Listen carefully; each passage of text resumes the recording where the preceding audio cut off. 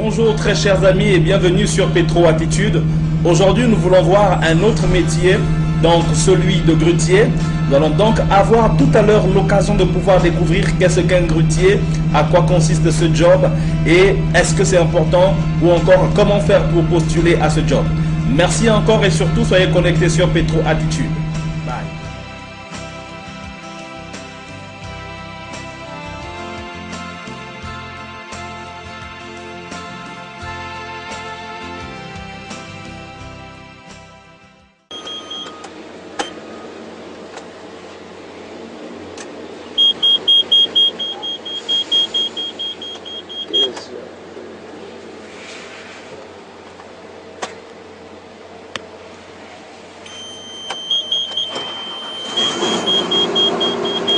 Ok, donc le spécialiste est ici en train de mettre en marche la grue. Ok. Là, comme je venais de t'expliquer, la grue est équipée d'un CEC, c'est-à-dire un contrôleur d'état de charge. Ok. Celui qui donne les commandes, le poids, la portée et la distance. Ok. La longueur de la flèche, l'angle du grue. C'est celui-là, cet appareil, c'est la mémoire de la grue. Okay. C'est là que le grutier travaille avec ça. Okay. Il a sa portée, la longueur de la flèche, l'angle et le nombre de brins aux flèches. La grue est équipée de béquilles, des extensions qui lui permettent de se stabiliser afin de pouvoir travailler en 360 degrés. D'accord. Ok. Donc tout à l'heure nous allons avoir l'occasion de faire le tour de la grue et voir donc les différents éléments que vous êtes en train de citer. D'accord, ok. Et pour la mise en marche, qu'est-ce qu'il faut donc faire alors? La mise en marche, on a d'abord, au début, tu dois faire ton contrôle des huiles, tous les niveaux, le lot, voir si ta batterie marche très bien. Et après, tu remontes à la cabine pour démarrer, faire ce qu'on venait de faire tout à l'heure. D'accord. Après cela, tu peux être en exercice. D'accord. Alors, je vois des boutons ici à la haut. À quoi servent ces boutons? Est-ce que vous pouvez me donner une idée? Ces boutons, là, c'est la climatisation. D'accord. Ici, j'ai des essuie-glaces. Et le reste, c'est les phares. Là, c'est la pompe hydraulique. Et là, c'est ce que je viens de te dire. Il y a deux options. Le poids lourd et l'option de poids léger. C'est-à-dire qu'on met en automatique ou en manuel les sorties de flèches. D'accord. Ok. Et ici, je vois donc des manettes. Ces manettes, je vous ai expliqué tout à l'heure. Il y a l'orientation à gauche et à droite. Ici, nous avions le dématage et le matage de la flèche. Ici, nous avions le treuil, monté et levé. D'accord. Ok, donc je crois qu'on a essayé d'avoir à peu près une idée. Là, j'ai l'accélérateur à pied, le frein, la sortie de flèche aussi, dans la pédale à main. Et là, j'ai le frein d'orientation électrique. Et là, c'est le frein d'orientation quand tu fais la circulation routière. Ok. D'accord. Quel est le poids maximal ou encore maximum de votre grue? Cette grue a un poids maximum de...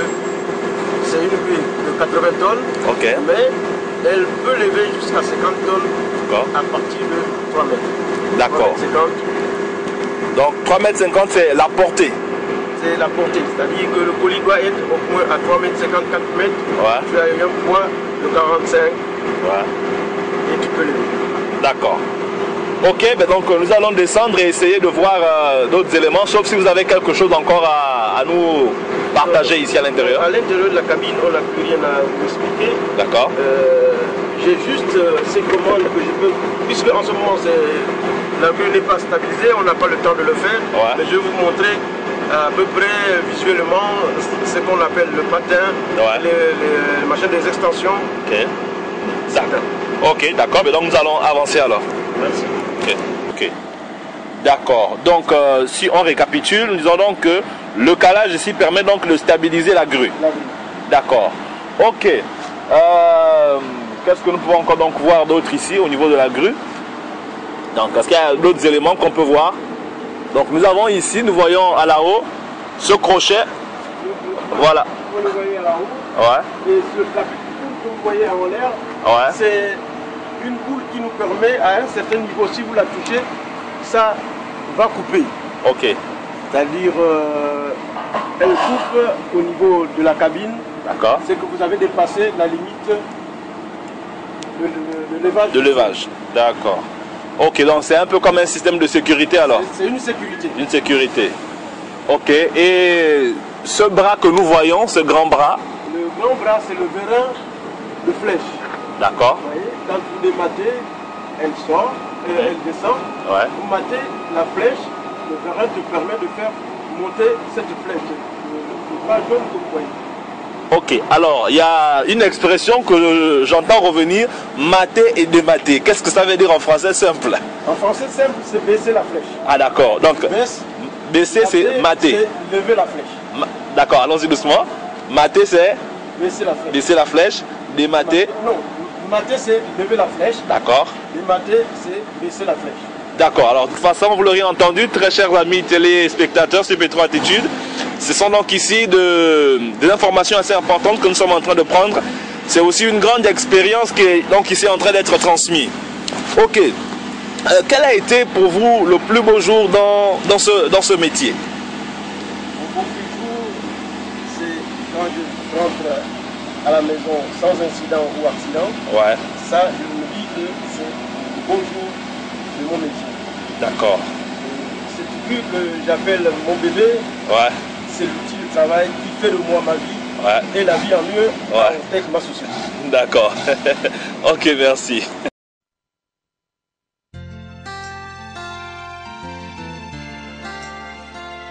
Bonjour monsieur. Bonjour. D'accord, alors vous êtes donc l'opérateur grue et nous sommes donc très heureux de vous recevoir aujourd'hui dans le cadre de Petro Attitude. Et aujourd'hui nous parlons donc du métier de grutier. Tout de suite comme ça nous avons une question à vous poser. Quelle est donc l'utilité ou encore le rôle de la grue sur un chantier pétrolier? Le rôle de la grue dans un chantier pétrolier est celui de levage, il sert de manutention. D'accord. Ok, la manutention. Et aujourd'hui, combien d'années d'expérience aujourd'hui cela vous fait? J'ai à peu près, s'il ne faut pas mentir, plus de 15 années que je travaille sur la grue. D'accord. C'est vraiment beaucoup d'années d'expérience et nous sommes donc très heureux et nous allons essayer donc de profiter au maximum de votre expérience pour être suffisamment informés. Nous voulons donc aujourd'hui savoir quelles sont les opérations quotidiennes que le grutier rencontre sur un chantier. Les opérations quotidiennes, je vous ai dit tout à l'heure que la grue c'est l'outil de manutention, de levage sur une plateforme de forage. D'accord. C'est cette grue qui permet toutes les opérations pendant le montage d'un rig ou le démontage du rig. Et en dehors de cela, tout matériel qui peut aller au plancher d'un rig, c'est à travers cette machine dont vous avez vu. D'accord. Et souvent on entend dire que dans la logistique, le métier de grutier, c'est le sommet, c'est le cadre de la logistique comme on dit souvent. Qu'est-ce que vous pensez de cela? Est-ce que c'est une idée qui est fondée? Sinon, pourquoi est-ce qu'on le dit? C'est exact. D'accord. Parce que dans la logistique, en dehors des chauffeurs et des caristes, c'est le plafond de notre corps dans la manutention. D'accord. Ok. Et bon, aujourd'hui, comme ça, alors que nous parlons donc de la gabonisation des postes, est-ce que ce boulot, lorsque vous avez commencé à le faire, l'implication des Gabonais aujourd'hui par rapport à quand vous avez commencé, est-ce qu'il y a eu une progression? Il est vrai. Par rapport à aujourd'hui et hier, il y a progression dans le métier de la grue par les Gabonais. D'accord. Parce que souvent, nous avons entendu dire que dans les débuts, ces grues étaient utilisées par les Blancs et les Noirs n'étaient pas toujours. Est-ce que vous pouvez me donner une idée comment ça a commencé, les débuts? Est-ce que c'était facile? Les débuts n'étaient pas faciles pour nous, Gabonais, d'être sur une machine de grande envergure comme celle que vous avez vue tout à l'heure. D'accord. Et les grues, il y a plusieurs catégories de grues. Ok, oui. Il y a les porteurs, Et c'est marque de grue que vous avez vue. Le porteur, c'est-à-dire, c'est une grue camion. Tu as la cabine de conduite du camion et ce camion-là porte la grue sur elle. C'est pourquoi tu ne pouvais pas monter sur une grue à l'époque où nous étions avec les Blancs, si ce n'est que tu es HTM pour l'accompagner. Mais aujourd'hui, quand tu es dans une grue porteur, il te faut un permis CD. D'accord. Alors, le genre que vous avez vu, c'est une grue. Tu peux la conduire sans permis, mais aujourd'hui, il faut au minimum un permis B. D'accord. Ok. Là, ici, comme tout à l'heure, vous avez dit, il y a plusieurs types de grues. Quelle est donc la marque de la grue que nous venons à peine de voir tout à l'heure? La marque? Parce que je sais qu'il y a les Marchetti. Ici, je crois que c'est... Ça, c'est une Grove. Une Grove. Une Grove GMK. D'accord. Une Grove GMK, c'est ça? D'accord. Ok. Donc, nous allons continuer dans notre interview. Aujourd'hui, qu'est-ce que vous pouvez conseiller aux jeunes qui veulent postuler au métier de grutier? Est-ce que vous les encouragez à venir ou est-ce que ce n'est pas un métier à encourager quelqu'un à venir? Si, pour ceux qui en veulent, ceux qui ont la volonté d'y apprendre, nous, à Ortec, on a un suivi sur ça au niveau de notre administration parce que nous formons des grutiers, nous formons des caristes et nous formons des chauffeurs. D'accord. Ok. Et combien de temps peut-on faire pour devenir grutier? Est-ce que est-ce qu'il faut passer par une école, par un centre, ou bien une fois qu'on a intégré, par exemple, une entreprise? Comment faire pour devenir grutier si quelqu'un voulait suivre vos pas? Pour devenir grutier à l'époque, il faut être dans une société. D'accord. Même maintenant, il y a des sociétés qui créent des centres de formation, tels Aortec et un peu Satram que j'ai appris. Mais on ne peut pas devenir grutier sans travailler dans une entreprise comme un chauffeur. Le chauffeur, il y a des auto-écoles, mais chez nous en Afrique, particulièrement, je n'en connais pas. Pour devenir grutier, il faut passer dans une entreprise. Tu vas commencer HTM. Et avec la volonté de Dieu, les entreprises ont amené des formations pour pouvoir remplacer les Européens qui étaient souvent dans les bancs. D'accord. Alors, donc, quel est donc le document qui autorise à un individu de pouvoir conduire une grue? Je sais que souvent j'entends parler du KSS. Est-ce que c'est le même document? Oui. Pour être habilité de conduire une grue, il faut avoir un KSS. D'accord. Et est-ce qu'un individu pourrait donc le passer personnellement? C'est pas facile. Ok, mais comment? On dit, pour avoir un KSS, automatiquement, il faut être dans une entreprise. Et à partir de là, si vous avez suivi déjà une formation, soit dans un chantier ou sur place, dans une base où il y a ce genre de matériel, avec le concours de ton superviseur ou des QHSE qui font la formation continue sur ce domaine, on te présente à la direction et la direction fait une demande de Veritas ou d'APAV pour que tu sois habilité à conduire une grue. D'accord. Et quelle est la durée donc comment dire, quelle est donc la durée de validation, de validité d'une autorisation, d'une habilitation pour conduire une grue?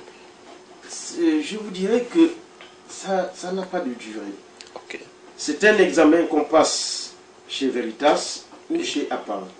Mais la formation peut durer 1 année, 2 années, tant que la prestation de l'entreprise ne te permet pas d'être sur une liste d'habilitation. Vous ne pouvez pas. Tu peux conduire, mais il faut que l'entreprise te donne la validité de passer l'examen pour avoir ce document qui te permettra de conduire une grue. D'accord. Et une fois que vous avez obtenu le document, c'est un document qui a sa validité à vie ou est-ce que c'est renouvelable après 1 an ou 2 ans ou 3 ans, je ne sais pas. Ça a une durée de pratique. C'est-à-dire, quand vous passez l'examen, vous avez une durée de 5 ans. 5 ans, d'accord, ok. Pour être renouvelé. 5 ans après. 5 ans après. 5 ans après. D'accord, ok. Et aujourd'hui, avec ces années d'expérience, s'il fallait qu'on vous demande de donner 3 secrets pour être un grutier efficace, quand j'entends par grutier efficace, c'est-à-dire celui qui remplit à bien ses missions, qui termine ses rotations et qui rentre chez lui en paix sans avoir cassé de machine ou quoi que ce soit, donnons 3 secrets par exemple. En tout cas, dans la grue, je n'ai pas de secret. Okay. Le secret de la grue, avant, nous étions toujours piégés par le sol ou par manque d'expérience. D'accord. Aujourd'hui, les grutiers sont beaucoup aidés parce que nous avions le CSC, c'est-à-dire le tableau de charge, celui qui te permet de te donner les portées, la distance, la longueur de flèche, le degré d'angle. Et avec tous ces supports, en tout cas, vous ne pouvez pas tricher. Soit, si aujourd'hui une grue tombe, soit vous avez mal manutentionné ou vous avez triché le CSC. D'accord. Parce que dans une grue, il n'est pas autorisé de chanter. Chanter, ça veut dire que tu surcharges le poids de la grue. Tu dépasses le poids autorisé à la grue de supporter selon ta manutention. D'accord. Ok, vraiment c'est très édifiant, très édifiant. Nous sommes en train d'apprendre, de découvrir davantage. Le seul secret, monsieur, c'est celui-là. Ok. D'abord, connaître tes abacs. D'accord. Et savoir lire le tableau de charge qui est incorporé sur la grue. D'accord. C'est quoi les abacs, monsieur? Les abacs, c'est des documents qui viennent ensemble que la grue. C'est-à-dire, ça te donne le poids, la distance en papier. Ok. Mais le tableau de charge que je vous ai montré tout à l'heure sur la grue, c'est la mémoire même. Après un accident, quand les contrôleurs arrivent, ils se repèrent sur ce tableau de charge. Ok. Si vous avez triché, on saura. Si c'est le sol qui t'a piégé, on saura cela selon ton calage. D'accord. Alors, il y a souvent, est-ce qu'il vous est arrivé une fois d'assister à un accident de grue? J'en ai assisté et moi-même j'en ai vécu. D'accord. Et quelle a été, à votre avis, l'origine de cet accident, par exemple, que vous avez vécu vous-même? L'incident que j'ai vécu, oui. C'est par rapport au sol. D'accord. Malgré mon calage, quand le sol n'est pas bien travaillé, ou tu as calé sur un endroit où on avait déjà creusé pour mettre une installation électrique, et que ça ne supporte pas le poids de la grue et celui de la charge sur les verrins de stabilisation, en tout cas, ça peut vous entraîner. Et si vous n'êtes pas rapide, par exemple, à déposer votre colis en dématant ou avec le treuil, très rapidement, en tout cas, vous allez accompagner le poids et la grue va partir. D'accord. Alors, quelles sont les interdictions à ne pas violer pour un grutier en termes de manutention? Par exemple, bon, je donne comme ça à peu près un peu une idée. Souvent, j'ai entendu dire qu'il est strictement interdit de lever un collier sans tagline, sans une corde. Oui, le tagline que vous entendez, c'est-à-dire pour nous en français facile, la corde de manutention. Cette corde permet à celui qui t'accompagne, ton HTM. Et l'HTM d'abord, qu'on met là, il faut qu'il sache comment manœuvrer avec cette corde. Et c'est pourquoi nous avions des formations. Parce que sans formation, tu peux prendre la corde et accompagner le colis sans savoir l'orienter ensemble que le grutier. D'accord. Ok. Et c'est vraiment une chose assez importante que vous êtes ici en train de souligner. Est-ce que il ne vous est pas souvent arrivé de rencontrer des difficultés sur les chantiers dans lesquels vous travaillez, dans le sens de la formation pour ceux qui dirigent le grutier? Parce que, est-ce que tout le monde est souvent formé sur la direction du grutier? Est-ce qu'il n'y a pas une formation par rapport à cela? Normalement, dans les vrais sites, on donne toujours quelqu'un qui connaît faire la manutention. Pour diriger un grutier. D'accord. Parce que ce n'est pas n'importe qui s'en charge à donner des orientations au grutier pendant le levage. D'accord. C'est quelqu'un qui doit être expérimenté. Comme chez nous, la manutention, il y a toujours un chef de manutention. D'accord. C'est celui-là que le grutier doit suivre. Et son aide suit au même temps que lui pendant qu'il manutentionne pour retenir ou l'aider à équilibrer le colis dans le sens où il va. Ok.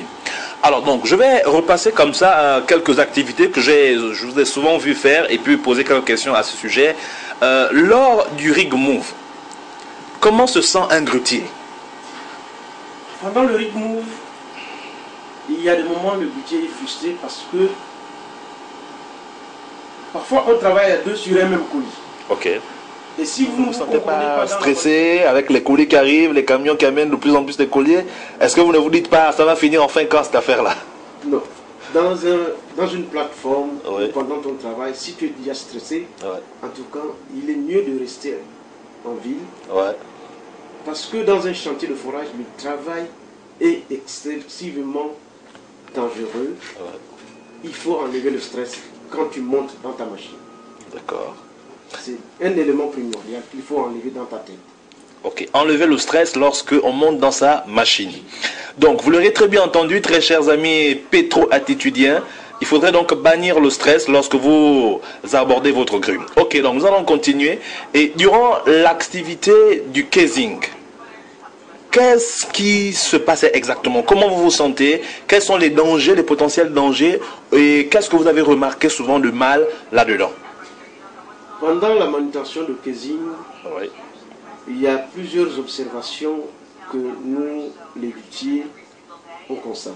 Ok.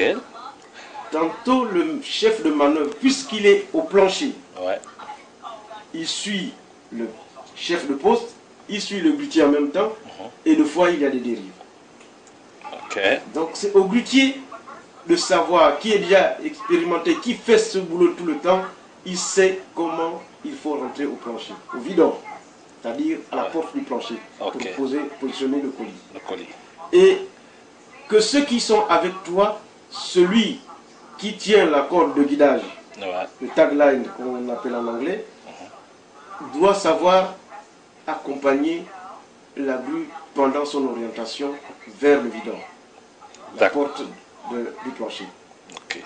Parce que si tout simplement on se fie au chef de manœuvre, puisqu'il est occupé à deux fonctions, suivre le chef de poste, oui, et en même temps suivre le bas, c'est-à-dire vers la grue, en tout cas, s'il n'est pas trop habile à cela, ouais, il y a des risques. Soit tu peux lui cogner la porte, le casing sur ses jambes, ouais, ou sur les fesses quand il suit le chef de poste. D'accord. Ok, nous continuons toujours dans notre interview. Aujourd'hui, si vous devez donner des conseils à toutes les personnes qui sont sur une plateforme et qui ont besoin des services du grutier, quels sont les conseils que vous pouvez donc leur donner sur la façon d'orienter le grutier, sur la façon de vouloir positionner? Parce qu'il ne suffit pas toujours de vouloir prendre un colis ou de le positionner. Il y a une certaine portée, il y a un certain poids, il y a une façon de faire, n'est-ce pas?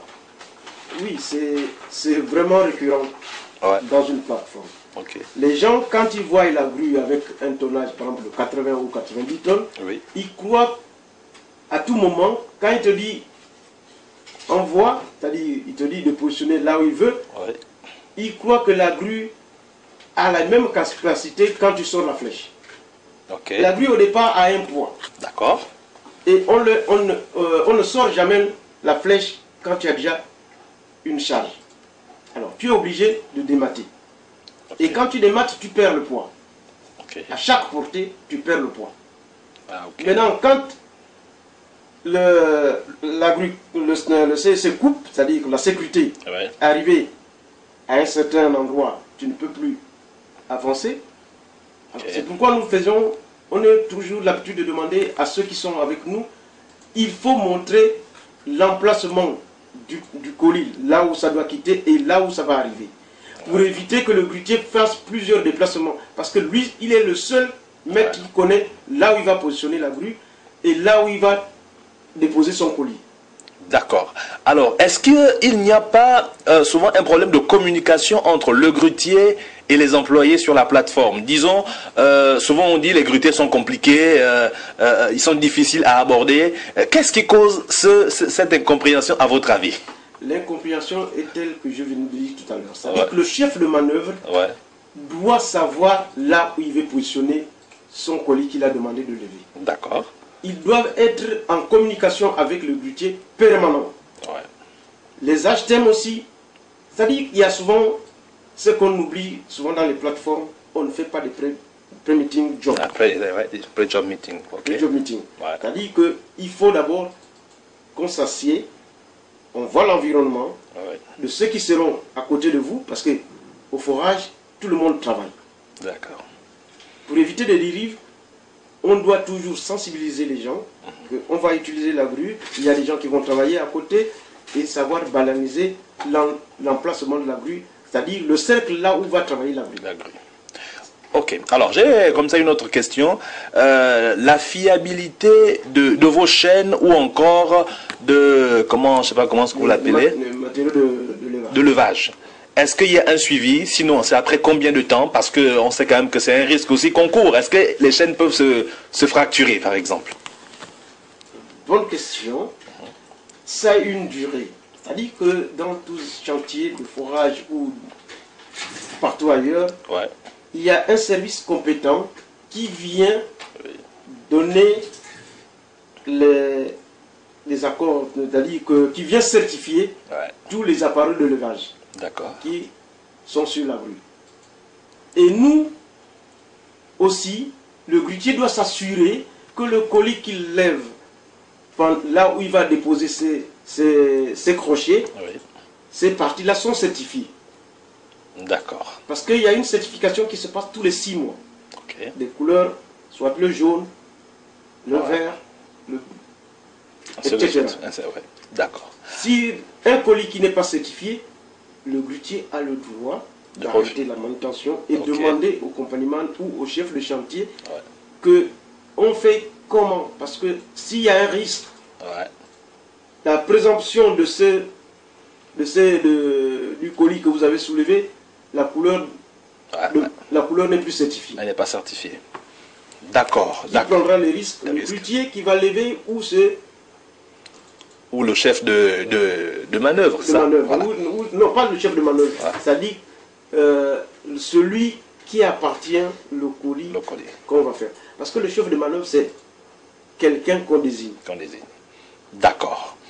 Ok, c'est vraiment très édifiant, très enrichissant cette interview. Et nous continuons donc comme ça avec certaines questions. Nous voulons encore donc ici savoir, aujourd'hui, lorsque le grutier se lève, comment est-ce qu'il aborde une journée? Le grutier, quand il se lève, il aborde sa journée en sachant qu'il va au travail. Il y aura des risques, il n'y aura pas de risques. Et comme j'ai dit tout à l'heure au début, un grutier ne doit pas être stressé. Un grutier ne doit pas se chamailler avec les gens auxquels il travaille. Pour éviter toute incompréhension, le grutier, quand il vient le matin, il doit s'assurer que son matériel, sa grue, est équipé de tout ce qu'il faut pour la manutention. Et vérifier ces niveaux pour s'assurer qu'au cours de la manutention, la grue ne peut pas s'arrêter par panne sèche, un exemple.